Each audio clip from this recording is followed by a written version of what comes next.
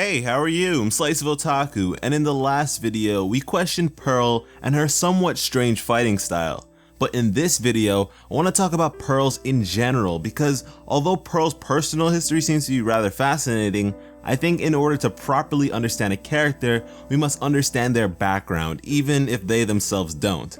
On Homeworld, Pearls are considered servants, but a more accurate word for them would be slaves. They're considered property that high-class gems possess, and actually, I've once accused the Diamond Authority of slavery in a past video, and a few people actually disagreed with me. So to clarify, let's take a look at the definition of a slave according to Merriam-Webster. Slave, a person held in servitude as the chattel of another, chattel meaning possession, or one that is completely subservient to a dominating influence. Both definitions accurately describe the treatment of pearls on Homeworld. Even Blue and Yellow Pearl, who are in the possession of two of the most powerful gems in the Homeworld oligarchy, are no different, as we've seen them be forced to entertain on command. Another thing that is rather saddening about all this is the natural lifespan of a gem, which is unending, equating to a life of eternal servitude for pearls. And in actuality, it can be argued that every gem outside of the diamonds are in fact slaves, but by allowing all gems to impose their own dominance on pearls as a sort of scapegoat, the diamonds are capable of further brainwashing their subjects, saving pearls a seat at the very bottom of social standings. But was this always the intended purpose of pearls? Were they meant to be slaves from the very beginning? I don't think so. If we make the assumption that all pearls are capable of summoning weapons like our pearl is, then we can notice a sort of discrepancy. Let's think about our world. Predating the United States and continuing on for some time even after the abolishment of slavery were what were known as black codes, which were laws implemented with the intention of preventing black people from legally owning any sort of weapon. The reasoning behind this was of course racism, but also fear. A firearm can turn anyone into a rather credible threat to life, considering a single bullet can end a human life. For the oppressed to possess this sort of capability on an equal playing field was terrifying for the filth in power. So considering all this, why wouldn't Homeworld be just as fearful as the scum of our history? Well, it's possible pearls may have been intended to be combative gems prior to Homeworld's current usage of quartz gems. When we compare the general builds of the two, it's clear that quartz gems are generally better suited for combat. A quartz is intended to be rather large with a muscular build, whereas pearls are quite slender and appear to be more dainty.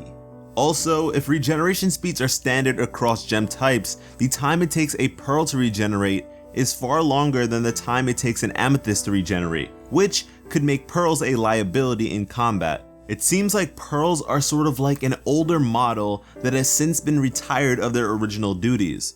And remember, gem soldiers not being quartz gems is not unheard of, considering there are rubies. But yeah, on Homeworld, your role is everything. Those who cannot fit into the order of the diamonds are to be purged. So, with an entire type of gem now without a purpose, the Diamond Authority presumably entered with a solution mirroring the white man's burden of our world. They provided pearls with a new purpose: servitude. A pivotal role in maintaining the comfort of this society's most important beings. And I'd imagine the warped mentality of these gems would cause them to consider this role a privilege. Being able to bask in the clarity of such radiant gems at all times. What an honor! Why would anyone ever see an issue with this? And the diamonds probably didn't seek to remove the abilities of pearls because of their own complacency. The rebellion was unfathomable. They didn't expect to be betrayed by their subjects, so there was never a reason to make pearls differently, because they didn't think that pearls would ever pose a threat. But now, things have changed. Homeworld is within its second era, and as we've seen in the case of Peridot, certain gems are made differently, without powers. So Era 2 pearls are probably the same, although, also in the case of Peridot, they may not actually be as powerless as they are made to think. And I mean, Homeworld is obviously skilled in making gems think they are lesser than they actually are. Even our Pearl, who fought in a rebellion against Homeworld for thousands of years, still questions her worth to this day. The mentality that she is just a pearl and is a prisoner to her own lowly existence riddles her with pain when she needs the strength to persevere. So even after they possibly move past being slaves, Pearl's learning to love themselves without the affirmation of others will probably be an issue for them, which is something that the descendants of slaves in our world struggle with to this day.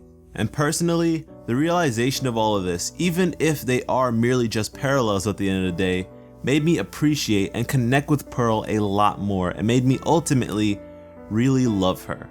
The way in which Steven Universe is able to subtly address various serious undertones within the confines of children's programming makes it one of the most important shows on Western television today, and I am so grateful that I'm able to experience it with all of you. And before I end this video, I want to quickly clear up a mistake on my part. In the last video, I said that there had never been a war in the world of Steven Universe, and many of you corrected me that there had never been a second world war, but there was a first, and admittedly, I'm not that great when it comes to information outside of the show itself, so my bad on that. But anyways, if you like me and what I do here, subscribe. Thank you so much for watching and have an awesome day. I love you.